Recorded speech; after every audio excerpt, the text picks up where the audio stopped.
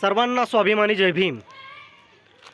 तर भावांनो, आपला समाज हा सुशिक्षित होऊ लागला आहे।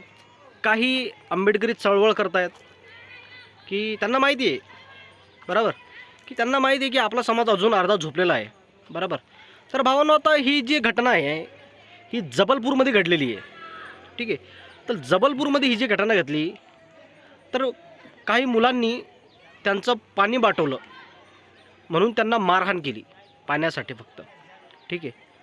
अजूनसुद्धा आपल्या समाजावर हे अत्याचार होतात आणि ह्याच निमित्ताने हे सर्व मी दर्शवित असतो आपल्या व्हिडिओच्या माध्यमातून की अजूनसुद्धा आपल्या समाजावर अत्याचार होतात आणि आपण सर्वांनी एकत्र येऊन जागृत व्हायला पाहिजे व अशा लोकांच्या विरोधात बंडखोर आवाज उभा केला पाहिजे।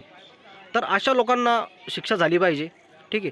तर आता ही जी घटना घडली भावांनो जबलपूरमध्ये, तरी व्हिडिओ बघा अगोदर।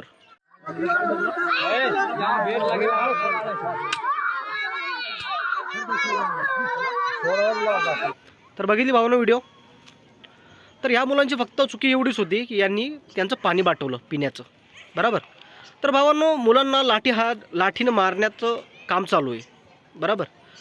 तर अशा बांडगुळांना संविधानाची लाठी भेटली पाहिजे, म्हणजे यांच्यावरती कायदेशीर कारवाई झाली पाहिजे, बरोबर। यांना कुत्र्यांनी पाणी पिलेलं चालतं, गध्याने पाणी पिलेलं चालतं, डुकराने पाणी पिलेलं चालतं, फक्त माणसाने पाणी पिलं की ते पाणी बाटतं, म्हणजे किती उच्च श्रेणीय समाज आहे यांचा, बरोबर ना।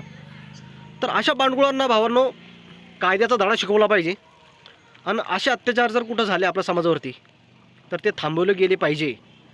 त्यासाठी आपल्याला सर्वांना एकत्र यावं लागेल, नाहीतर आज ही घटना घडती आहे, ठीक आहे, उद्या आपल्यावर सुद्धा घडू शकते।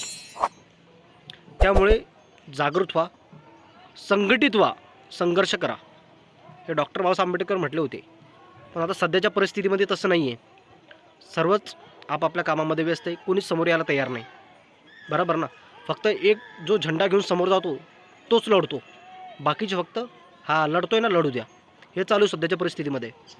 तर भावांनो, ही घटना जबलपूरमध्ये घडली, आपला जाहीर निषेध या घटनेला। तो व्हिडिओ कुठून बघता भावांनो कमेंट करा।